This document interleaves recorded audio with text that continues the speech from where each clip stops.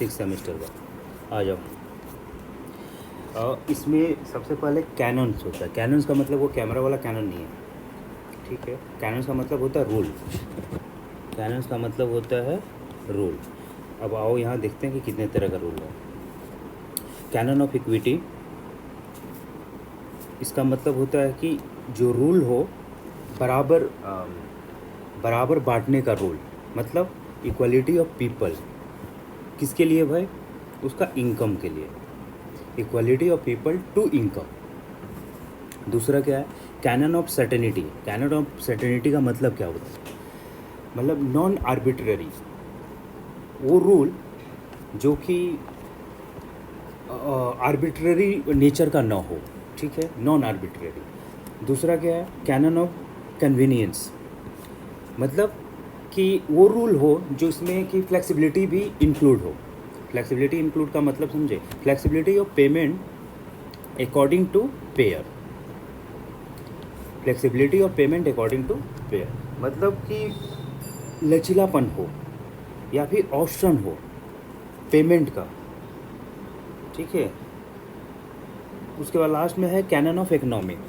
अब cannon of economy जो कि फंड रिलेटेड चीज़ें हो, तो ये सब मिला के 4 है। पहला canon of equity, canon of certainty, canon of convenience and canon of economy. Second आते हैं, अब आते हैं history of income tax law in India. इसके बारे में बाद में भी हम लोग पढ़ेंगे, later on also we will study about it detail में। बट एक टॉपिक वाइज बोले तो कि इसका हिस्ट्री कब से, जो टैक्स जो चालू है इनकम टैक्स, ये कब से चालू हुआ, ठीक है, एक मोटा मोटी समझने का कोशिश करते हैं। उसके बाद उसका डिटेल में हम लोग ट्राई करेंगे पढ़ने के लिए। पहले डायरेक्ट टैक्सेशन, यहाँ पे जो लिखा है, direct taxation as it is known today has been in force in one form और another even from ancient times. मतलब डायरेक्टली और इनडायरेक्टली हम लोग बोल सकते हैं कि ये चीज़ें, डायरेक्टली और इनडायरेक्टली हम लोग बोल सकते हैं कि ये चीज़ें एंशिएंट टाइम से चला आ रहा है इनकम टैक्स का, ठीक है। तो history of income tax law in India, direct taxation as it is known today has been in force in one form और another even from ancient times, ठीक है। सेकंड क्या बोल रहा है? Income tax evolve over the time in India. अब कैसे evolve हुआ है? पहला बार जो हुआ था वो हुआ था 1860 में।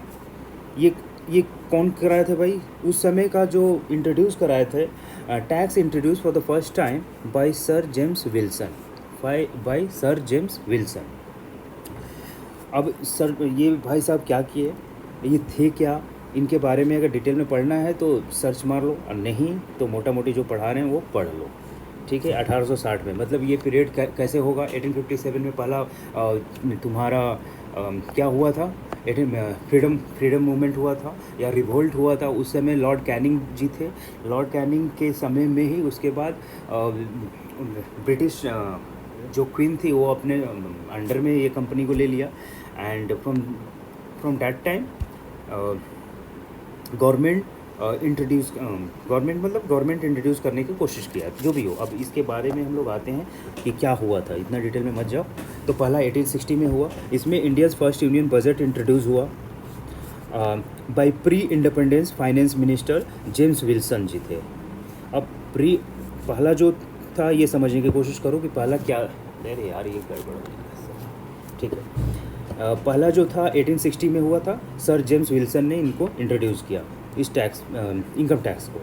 India's first union budget introduce by pre independence finance minister कौन से थे? James Wilson. ऑन 7 अप्रैल 1860, ये जो था जेम्स विल्सन उस समय क्या थे? फाइनेंस मिनिस्टर थे, और इन्होंने ऑन 7 अप्रैल 1860 को ये इंट्रोड्यूस किए। सेकेंड आते हैं, income was divided into 4 schedules, tax separately. अब ये क्या है भाई? इसको शेड्यूल्स बोलो, स्केड्यूल भी बोलो, जो भी बोलना है बोलो, समझ जाओ भाई। Income was divided into 4 schedules. ये पहला जो था landed property means land related property. Second, income from professions. Third, income from securities and income from salaries and pensions. तो ये चार, टोटल चार हुआ उस समय जो था। कौन कौन सा, फिर एक बार पढ़ लो। Land, profession, securities and salaries. Salaries में पेंशन भी इंक्लूडेड रहता था, उसके बेस पे ही इनकम टैक्स इम्पोज होते थे या फिर लगाया जाता था, जो भी हो। ठीक है, अब आते हैं सेकंड में। तो पहला 1860 का ये हुआ, उस समय एक बार रिवीजन भी करते जाओ।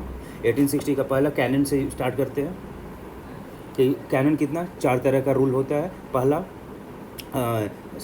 Cannon of certainty, sorry cannon of equity, canon of certainty, convenience and canon of economy. ठीक है, उसके बाद हम लोग आते हैं कि ये इनकम टैक्स का रिलेटेड है कि भाई होता क्या, रूल का मतलब क्या समझते हो, तो ये कैनन हुआ। उसके बाद history of income tax law in India आया, जिसमें कि डायरेक्ट और डायरेक्टली और इनडायरेक्टली ये जो डायरेक्ट टैक्सेशन था ये एंशिएंट टाइम से चला आ रहा है। इसका उसके बाद इंडिया में कैसे ये हुआ, मतलब इंडिया में ही था, बट इनकम टैक्स रियल में इम्प्लाई कब से होना चालू हुआ। तो income tax evolve over the time in India, that is first time in 1816 by the finance minister pre independence was James Wilson. On 7 April 1860 it was impose. ठीक है, income was divided, उनके हिसाब से इनकम कितने में divide होता था, तो चार में डिवाइड हो रहा था। ठीक है, income was divided into 4 scheduled tax separately. पहला जो था इनकम फ्रॉम लैंडेड प्रॉपर्टी। ठीक है, सेकेंड जो था income from professions and trade, third जो था इनकम्स फ्रॉम सिक्योरिटीज़, फोर्थ जो था income from salaries and pensions. तो ये चार में डिवाइड होता था। अब आ जाओ 1886 में क्या हुआ कि सेपरेट, ये सेकेंड आया 1886, separate income tax act was passed. Separate income tax act was pass, एक अलग इनकम टैक्स एक्ट जो है वो पास किया गया, और जिसमें कि उसको बोला गया, इसको 1886 को बोला भी जाता है कि income tax act of 1886 again which is divided into 4 schedules. पहला, अब जो पहला है 1860 का वो चार में था, जो कि प्रॉपर्टी रिलेटेड था। एकदम याद कर जाओ, यहीं पे तुम्हारा याद हो जाएगा, बाद में फिर एक बार बहुत वीडियो देख लेना, फिर रिवाइंड करके देखने की ज़रूरत नहीं है। ठीक है, इसी में landed property, profession, securities, salaries, pension.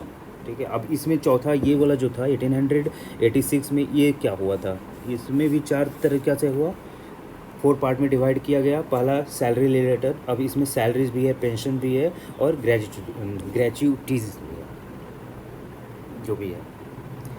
तो salary and pension. Third, second में था नेट प्रॉफिट ऑफ कंपनीज। तीसरा था interest on the securities of the government. ठीक है, interest on the securities of the government. चौथा क्या था, अदर सोर्स ऑफ इनकम। तो ये चार डिवाइडेड हुआ था इनकम टैक्स, जो कि इनकम टैक्स इम्प्लाई जो होता था वो चार चीज़ों में, चार पार्ट में डिवाइड किया गया था। पहला salaries pension, second net profit of companies, third interest on the securities of the government and fourth other sources of income.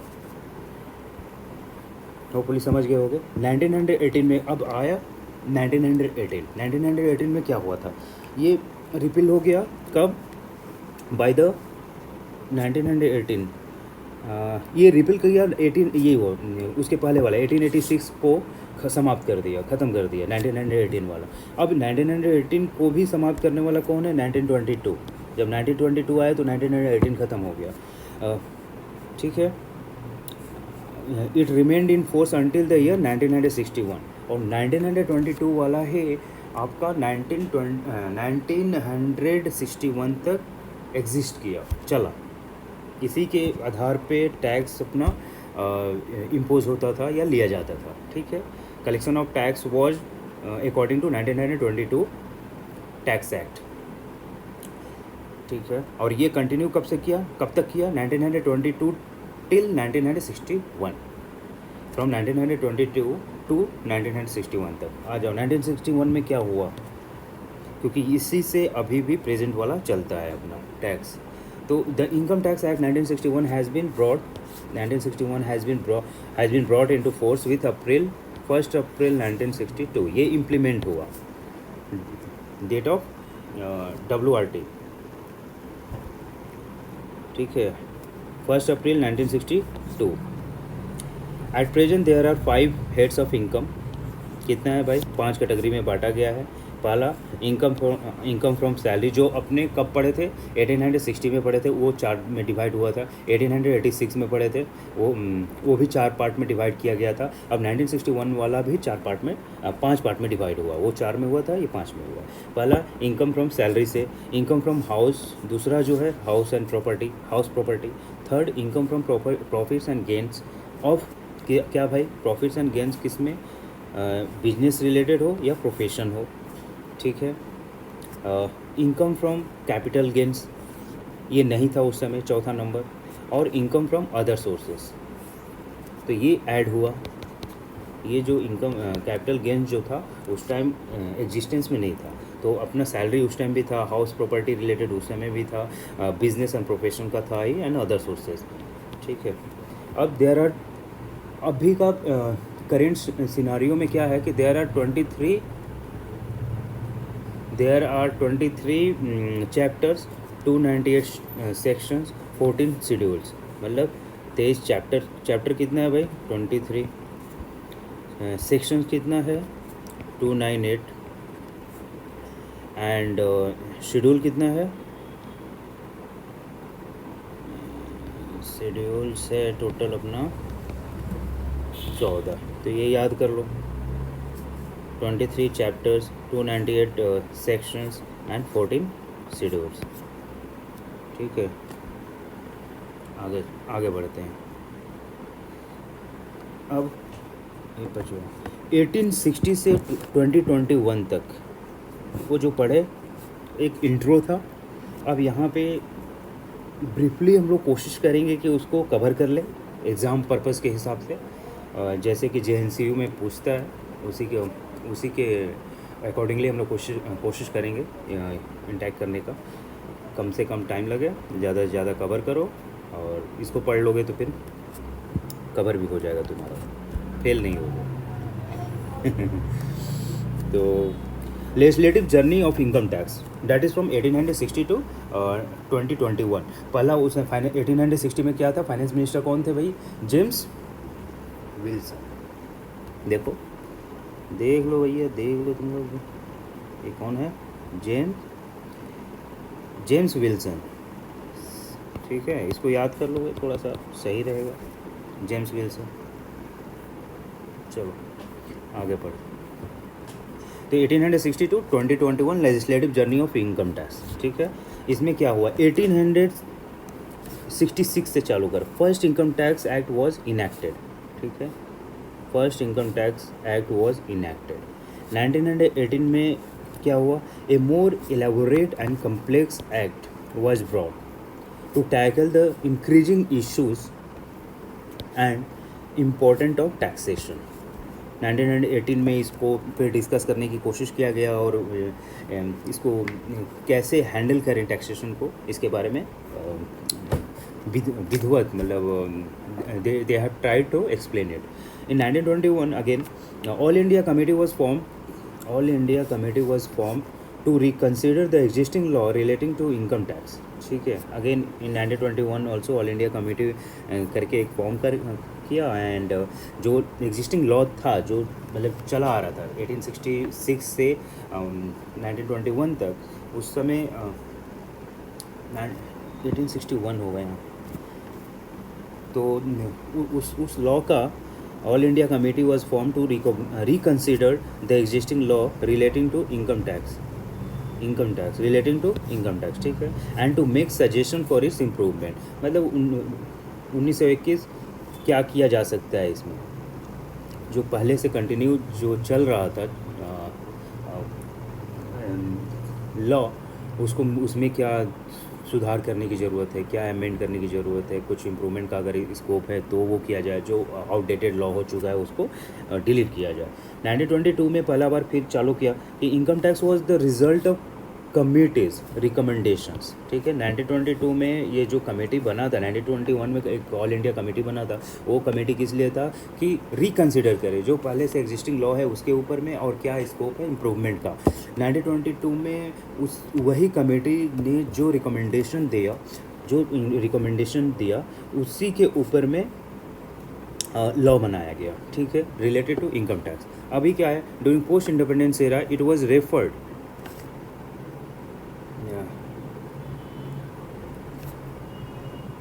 During post independence era it was referred to the law commission.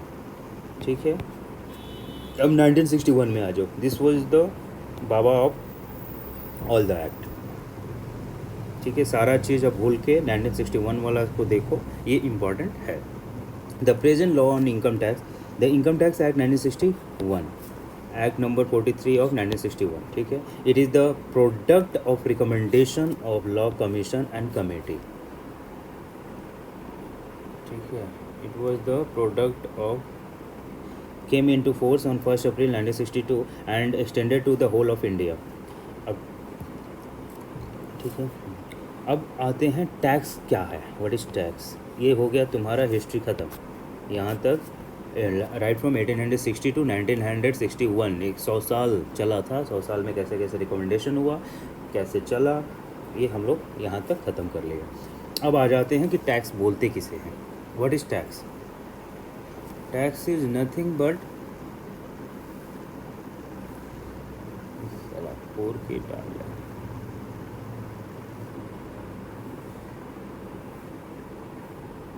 एक minute भाई. हाँ चलो. Tax is nothing but tax क्या tax क्या है. Charge और levy usually monetary इन character.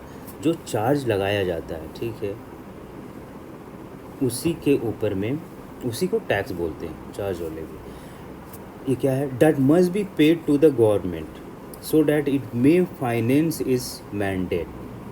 दूसरे word में अगर टैक्स को बोला जाए कि टैक्स क्या है, कि तो टैक्स को बोला जा सकता है कि चार्ज है और लेवी है. That must be paid to the government so that it may finance is mandate. Mandate का मतलब क्या हुआ कि जो वो वादा किया था, जो प्रॉमिस किया था अपना इसमें during the time of election, whatever he has promised or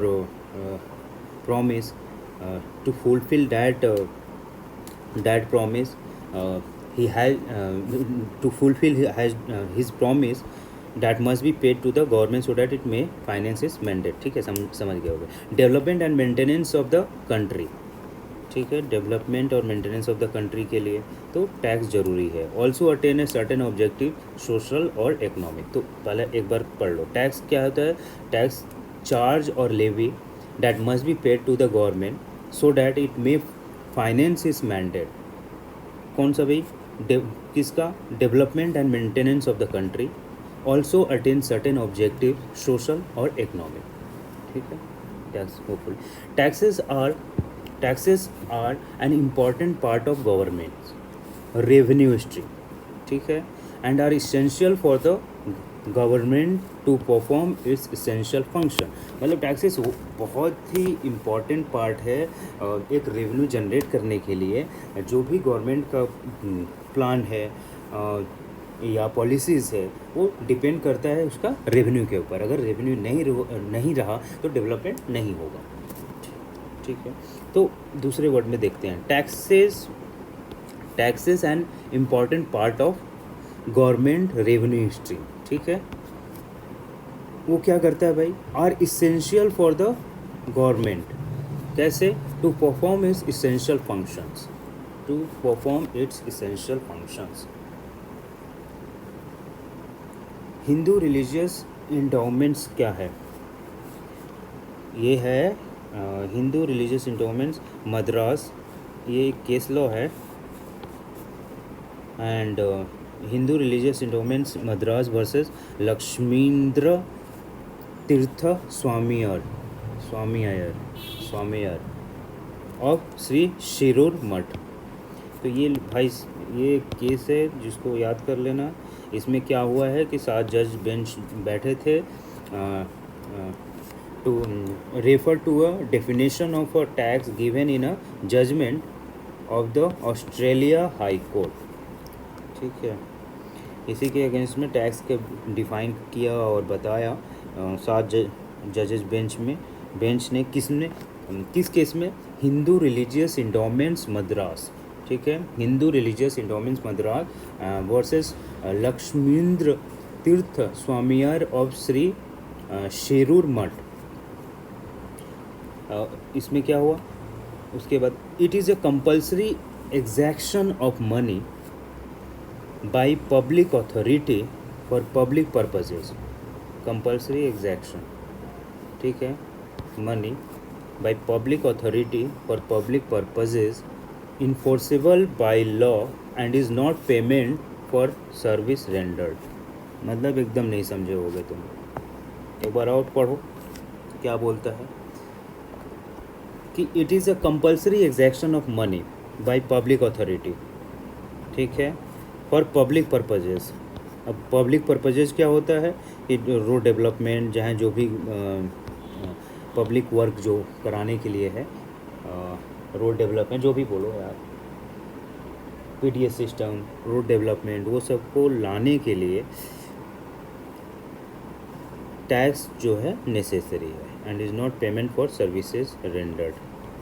और जो सर्विस दे रहे हो उसके लिए वो नहीं है, ये कंपल्सरी इन नेचर, तुमको देना ही पड़ेगा। आर्टिकल 256 ऑफ इंडियन कॉन्स्टिट्यूशन क्या बोलता है? No tax shall be levied और collected except by authority of law. कोई भी टैक्स है वो कलेक्शन हो या लगाया जाए बिना अथॉरिटी ऑफ लॉ का नहीं हो सकता। That means somehow it is trying to indicate towards parliament, ठीक है, बिना पार्लियामेंट का ऑथराइजेशन से या पास से, मतलब कंसेंट से ये चीज़ें नहीं हो सकता है। आर्टिकल 256। आगे चलते हैं। Tax avoidance and tax evasion क्या होता है? टैक्स इवेजन होता है क्या? Tax avoidance and tax evasion versus tax planning. Tax avoidance and tax evasion, ये जो है नहीं देना या फिर छुपा लेना या चोरी कर लेना टैक्स को, वर्सेस टैक्स प्लानिंग में क्या है? तो मैकडोवेल एंड कंपनी लिमिटेड बोल के एक केस है, ये अच्छा केस है, वर्सेस कमर्शियल टैक्स ऑफिसर। इसमें क्या बोला है? Provides that tax planning may be legitimate provided it is with in the framework of law. ठीक है, जो टैक्स प्लानिंग हो रहा है वो लेजिटिमेट हो सकता है। कैसे? जब वो अंडर द एम्बियंट ऑफ क्या है, फ्रेमवर्क ऑफ लॉ के अंदर में हो, तो फ्रेमवर्क ऑफ लॉ तब वो हो सकता है। जो भी हो, आगे देखते हैं। Colourable framework of law, but colourable device can not B a part of tax planning, and it is wrong to cannot be a part of tax planning, and it is wrong to encourage the belief that it is honorable to avoid payment of tax by resorting to dubious methods। मतलब धोखाधड़ी भाई मत करो, और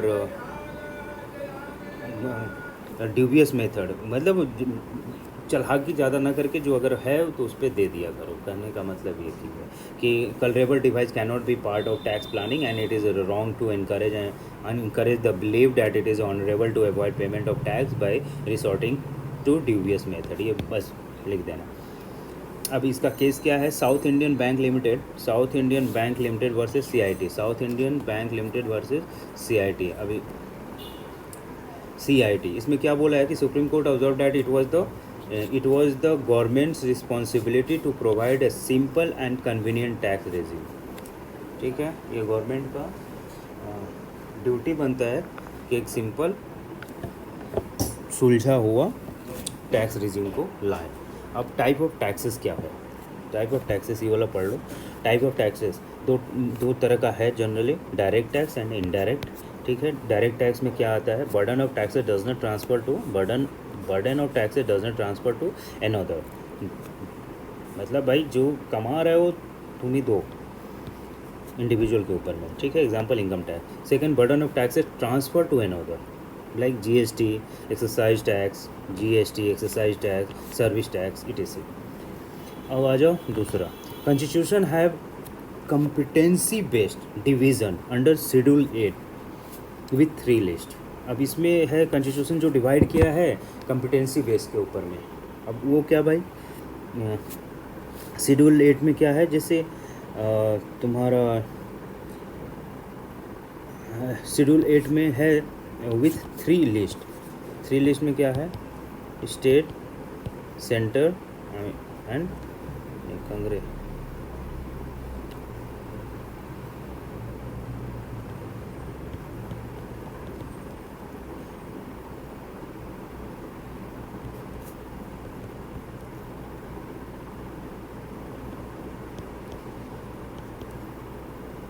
concurrent, state, centre and concurrent. ठीक है, इसको नहीं भी रखोगे याद, बस थ्री, उसमें शेड्यूल 8 में तुम्हारा होता है 3 लिस्ट है, उसी के हिसाब से ये किया है। Cess and surcharge, what is cess and surcharge? Cess is a revenue raising, माने इनिशियल व्यू क्या है इसके बारे में, ये थोड़ा सा समझ लो, क्योंकि ये बाद में जाके खुद ही को कॉन्ट्राडिक्ट करेगा। इनिशियल फेस वाला देखो, ये बोल रहा है कि revenue raising tax has to be utilise for a particular purpose. ठीक है, सेस क्या है, ए रेवेन्यू रेजिंग टैक्स। ठीक है, अब ये रेवेन्यू क्या होगा, has to be utilise for a particular purpose.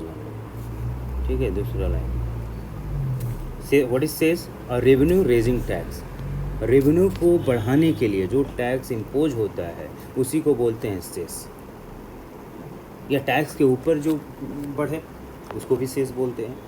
Has to be utilise for a particular purpose. Hidayatullah के अकॉर्डिंग क्या है, Hidayatullah, justice Hidayatullah, means a tax and, ये सेस क्या है, cess means, cess it means a tax and is generally used when the levy is for some special administrative expense which the name like health cess, education cess, road cess and name indicates। तो इसका मतलब एक ही होता है यहाँ पे हिदायतुल्लाह की तरह से, कि जो टैक्स है, टैक्स के ऊपर जो एक्स्ट्रा चार्जेस जो लिया जाता है, और वो स्पेसिफिकली बेस्ड ऑन किस नाम से, वो जैसे हेल्थ करके, एजुकेशन बोल के, या रोड इम्प्रूवमेंट करके जो सेस लिया जाता है, या फार्म करके बीच में लिया जाता था फार्मर के ऊपर 1% का, तो उस तरह से उसको स्पेसिफिकली मेंशन होता है टैक्स के ऊपर टैक्स। ठीक है, तो उसको सेस बोलते हैं। अब cess is also a tax, ठीक है, but is special kind of a tax. अगर दूसरा वर्ड में बोला जाए कि what is cess, cess is a tax, ठीक है, but is a special kind of tax, ऐसे हम लोग बोल सकते हैं। व्हाट इज सेस, तो cess in other word, if we have to define cess, so we can easily say that cess is also a tax but is a special kind of tax, that's all, nothing else. अब आ जाओ surcharge क्या है। Surcharge is refers to an increase in taxes or duties, उसी को surcharge बोलते हैं। Tax को बढ़ा दिया, वो सरचार्ज हो गया, है ना। आसान भाषा में क्या समझे, in easy word, in easy way we can say that increase in taxes और ड्यूटीज इज कॉल्ड सरचार्ज। ये आर्टिकल 271 में दिया है under I mean in Indian Constitution, under Article 271, surcharge on certain duties and taxes for purpose of Union, surcharge on certain duties and taxes for purpose of the Union, article 271 में। Article 269 and 270 ये भी relate करता है। इसमें बोलता है कि parliament has the power to increase in duties और taxes refer to and in those articles by a surcharge. ठीक है, अब आ जाओ ये difference between tax and fee में क्या डिफरेंस है। Difference between tax and fee. Commissioner Hindu religious endowment Madras versus Lakshmindra Theertha Swamiar of Shri Shirur मठ, ये क्या बोला, ये पॉइंट डैट फ़ी जो होता है इसको फ़ी, व्हाट इज़ फ़ी, तो फ़ी ये है होता है कि a charge for a special service render to individual by some governmental agency, उसको फ़ी बोल सकते हैं। कि a charge for a special service render to individuals by some governmental agency, उसको फी एज ए फी बोल के चार्ज करो कि जो सर्विस, स्पेशल सर्विस दिया जाता है इंडिविजुअल को, किसके द्वारा भाई? गवर्नमेंट एजेंसी के द्वारा। दूसरा क्या बोलता है कि अमाउंट ऑफ फ़ी, जो अमाउंट ऑफ फ़ी होगा, इस केस में क्या निकल रहा? पहला तो फ़ी बोला कि फ़ी को डिफाइन किया है कि फ़ी कैसे, क्या बोलोगे फ़ी को? तो a charge for a special service render to individual by some governmental agency. Second जो बोला, सेकेंड ओपिनियन जो आया था, अमाउंट ऑफ फ़ी किस बेस पे होगा? तो based on expenses incurred in providing such services, ठीक है, based on expenses incurred in providing such services. फिर बोला फीस का, तो ये uniform and unaffected by the varying abilities of different recipients to pay, मतलब ये इरिस्पेक्टिव ऑफ पोजीशन होना चाहिए, होगा, उसे अफेक्ट नहीं करेगा, यूनिफॉर्म होगा, बराबर होगा सबका, ठीक है। कौन कितना पे कर सकता है, नहीं कर सकता, वो दिमाग में ना रख के दोनों के लिए, मतलब सबके लिए एक यूनिफॉर्म फी का डिक्लेरेशन होगा। अब यही चीज़ आओ southern pharmaceuticals and chemicals Thrissur versus state of Kerala, ये केस में देखो, ये केस है versus state southern pharmaceutical and chemical Thrissur versus state of Kerala. इसमें क्या बोल रहा है कि सुप्रीम कोर्ट नोटेड एट, क्या सुप्रीम कोर्ट नोट किया भाई कि फीस को बोल रहा है कि are the amounts paid for privilege and not an obligation but the payment is voluntary. ये ऑब्लिगेशन नहीं है बट वॉलेंटरी है। तो fees are the amounts paid for privilege and not an obligation but the payment is voluntary. Tax क्या होता है? What is tax? To raise a funds for the support of the government और for a public purpose. To raise a fund for the support of the government और for a public purpose, समझो। वो fund जो कि to raise a funds for the support of the government और for a public purpose, तो fund तो चाहिए जिससे सपोर्ट मिले गवर्नमेंट को, उसका काम पॉलिसी और जो भी प्लानिंग करता है उसको इम्प्लीमेंटेशन में लाने के लिए, ठीक है। फ़ी क्या है? अब again, charge for the privilege और benefit conferred, charge for the privilege और बेनिफिट कन्फर्ड और सर्विस रेंडर्ड और to meet the expenses connected therewith. और आगे अब ये छोटा सा है, फीस के बारे में समझ लो। फीस क्या होता है? Payment for some special privilege granted on service render. Special privilege हो जो है, जो दिया गया है, और वो किसके अगेंस्ट में भाई? To an individual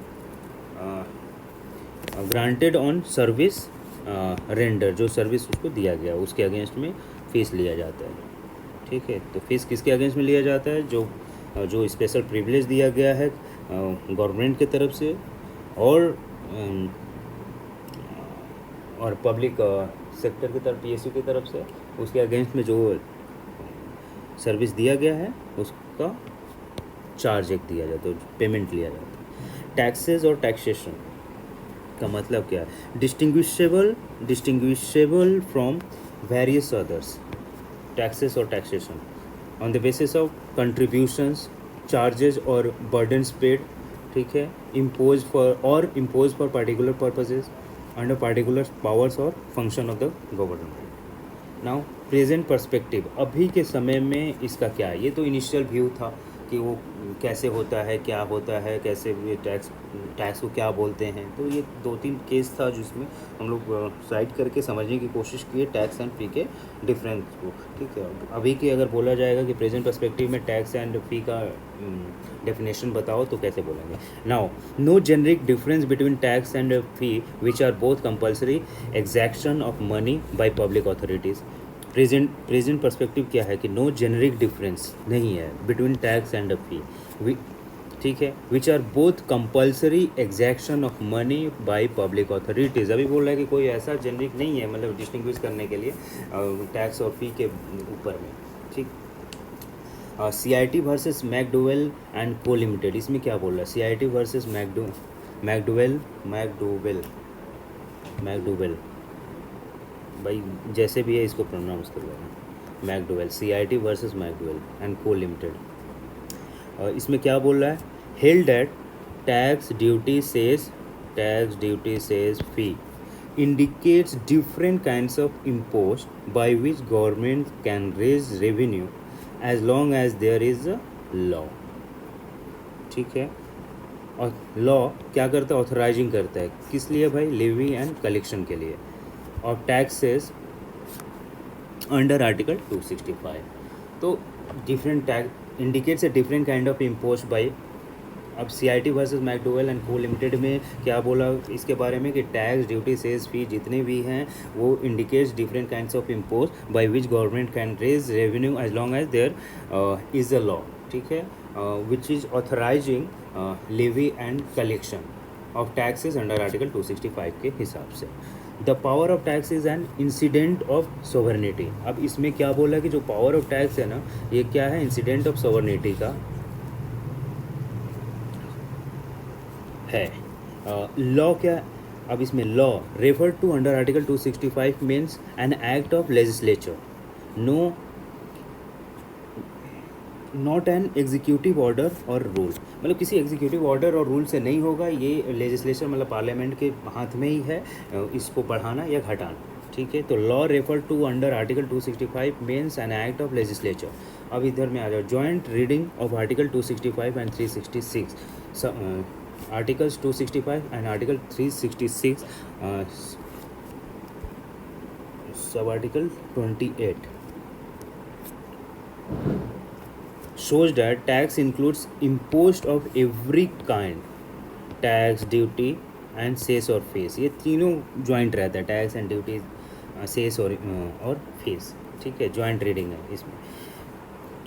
As an incident of sovereignty and in the nature of compulsory exaction, a liability founded on principles of contract cannot be a tax in its technical sense as an impost general local और special. इसमें इसको क्या बोला, समझ में आया कि as an incident of sovereignty and in the nature of a compulsory exaction, a liability founded on principle of contract cannot be a tax in its technical sense as an imposed general local or special। note the above statement of law, मतलब above मतलब ये वाला चीज़ यहाँ से क्या, ये क्या बोला, 9 बेंच के हिसाब से हुआ इसमें। The above statement of law found approval with 9 judge constitution bench in the case of Jindal Stainless Limited versus State of Haryana। ठीक है, ये साइड करना है, ये इम्पोर्टेंट है। Accordingly the expression fee is also comprehended in the expression tax. Tax में ही fee को भी ये किया गया for the purpose of article 265 and authority of law is essential for collection of fees. बस, बाकी सेकंड पार्ट के लिए यार वेट करो, थोड़ा दिन में आ जाए, थोड़ा दिन में क्या मतलब कल तक आ जाएगा। इसको अभी पढ़ लो और नहीं होगा तो और समझाने का कोशिश करेंगे सेकंड पार्ट में। Thank you.